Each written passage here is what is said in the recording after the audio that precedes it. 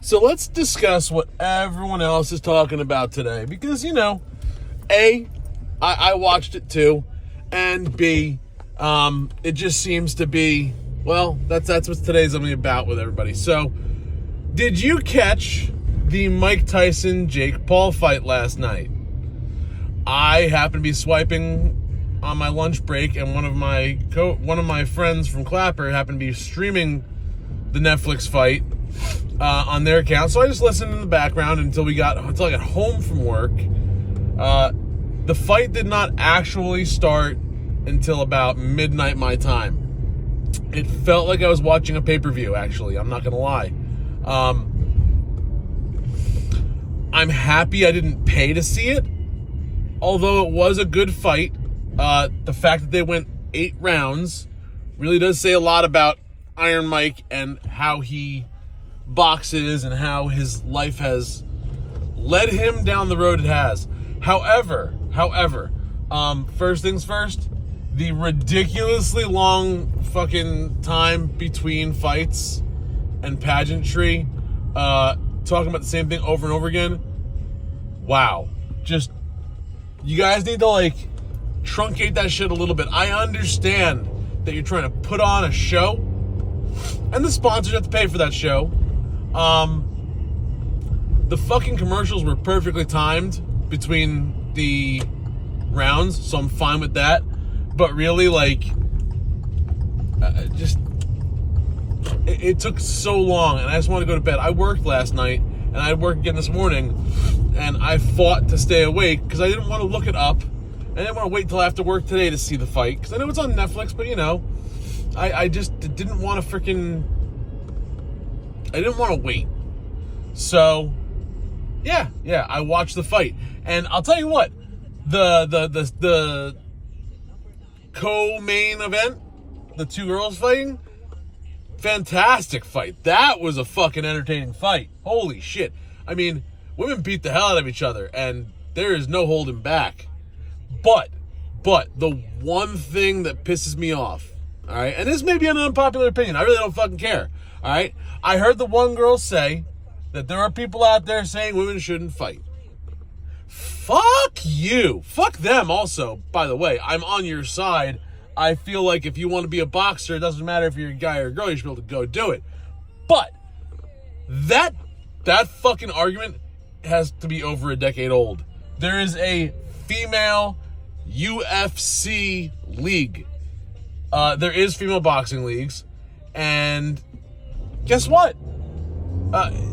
It's no longer, people. No, you are boxing. You are professional. You're on fucking Netflix, professionally boxing. Ain't no one telling you can't fucking box and you can't fucking fight, because you already fucking did it so well that you gotta get paid a stupid amount of money to do it. And let's talk about scorecards, okay? The scorecards sucked last night. I've been watching UFC and boxing for a while, more UFC than boxing, but it always goes down to the scorecard, and it always comes down to the champion cannot be uncrowned, which, I mean, I've seen it happen a couple times. Hell, Jake Paul won on scorecard last night, but I felt like the girls' fight, I feel like the champ should have changed over hands on that one. That was a really good fight. They both fought really fucking hard. But let's talk about Jake Paul and Mike Tyson for a second, because that's what everybody wants to hear my opinion on. They don't care about the fucking co-main event. But I figured I'd give it a little airtime. So, Mike Tyson, 58 fucking years old, comes into the ring like a bat out of hell. I want to point out, 58 years old, he walked into the ring. Jake Paul, 27 years old, was driven up in a car. Were you worried, Jake, that 5 seconds of walking from the stage to your new stage was going to tire you out? Did you need that little bit amount of energy so badly that you had to get ridden in? All right, that's my first thing. Second thing, dude, Jake, you can take a fucking punch, brother. Man, look at how hard Iron Mike hits, and look at his past, okay? I really feel like when they were doing the announcements and announcing each corner, Jake Paul had a very long, exacerbated, self-masturbatory list of things that he has done in his career of boxing. I felt like when they were done with that, they should have just said, and his opponent is Mike Tyson! And that was it. I mean, hey, fine. Hit us with all the stuff that Mike did in his career because he's fucking amazing. Entrepreneur, actor, fucking hit in the face for his entire life and still standing and alive. All amazing things. But, at the same time, there ain't a whole lot of people out there who don't know who Mike Tyson is. So, I felt like it, although nice to know, you didn't need to do it. But hey, to each their own. All in all, I was entertained. It was a good night of fights. At least it wasn't a 2-second suckfest. I would have liked to see Iron Man Mike win. Sorry, Iron Man Mike. I would have liked to see Iron Mike win. But, last night we watched a sports great, Mike Tyson. Everyone's saying retire. I doubt he's going to retire. But he definitely lost. And that set up Jake Paul, the new generation, okay? At least credibly for sponsors to be sponsored as a sports figure. He is the last person to defeat Iron Mike Tyson. So, he's not going to have a hard time getting anyone to sign a check for him. And I really feel like that was part of what last night was. It wasn't a publicity stunt so much for Mike as it was a launching point for Jake Paul to step from one stone onto a new stone on a different path. And there's something to be said about that, both in poetry and politics. It's poetic that the older generation would still help out the younger generation that way, if that's the case. And the political point of it is that means that the whole fight was staged. If not staged, contractually bound that, because we couldn't hear what they were saying to each other in the ring.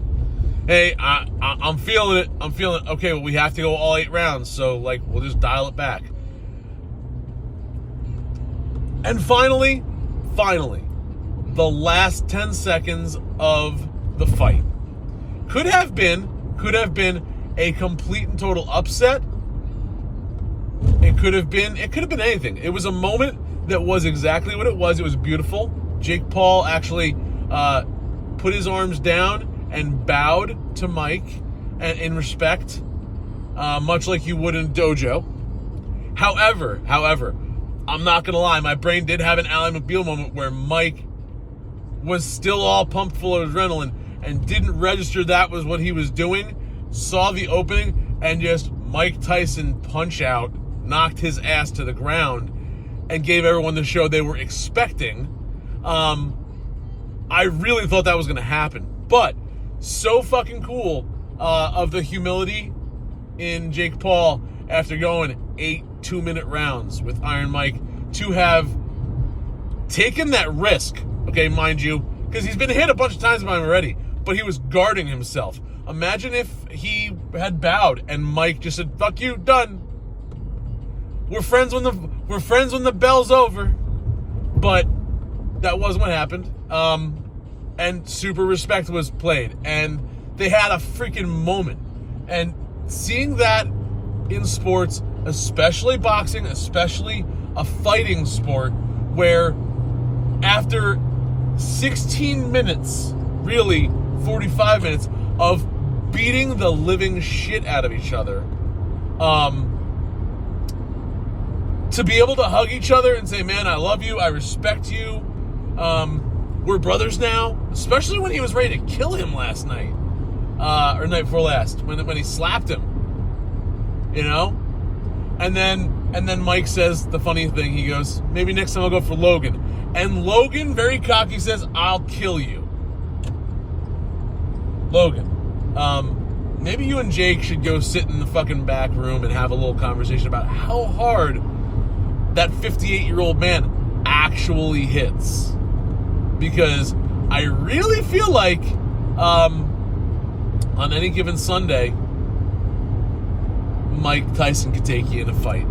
It's not a matter of did you train. It's a matter of does the punch get thrown at the right time? Is it received by the right point of the body? It doesn't matter how much you train. It doesn't matter how strong you are, how young you are, how old you are. Sometimes if you get hit in the right spot, you're out cold. And Logan, you know, walk right into that, brother, if you keep on talking like that. I mean, I get it. You want to have that confidence, but, man, you just watch the young bull get beaten up by the old bull. And he won on card technicalities. It wasn't a knockout. It wasn't a no-holds-barred contest. It wasn't even a, like, oh, God, it could go any way. It could go either way. I mean, like, it could have gone either way, but it wasn't, like, devastatingly could have gone either way. It was, okay, they're fighting. Okay, they're hugging. Okay, they're getting pulled apart, you know? But no. Last night was a fantastic show. Netflix did a great job with it. I think we should have Buffer announcing, but hey, that's just me. Jake Paul, I wanted to see you get your ass kicked. I respect you for the way that you handled yourself, and I understand what you were doing this entire time because it's all about the show. The show must go on, and man, the show is only good if people believe that it's real life. So you put on a hell of a show, Jake, and Mike, you played into it perfectly. You gave nothing away. We as a nation were excited, and we got together. And after this past election of us tearing each other apart, and the post-election of everyone beating each other up over who won and who lost, dude, Mike, Jake, you brought a nation together again last night. Really quickly. And that's kind of cool. Hell, that's really fucking cool. So, to both the fighters, congratulations on your purses, because I know, win or lose, you both won some decent amount of money.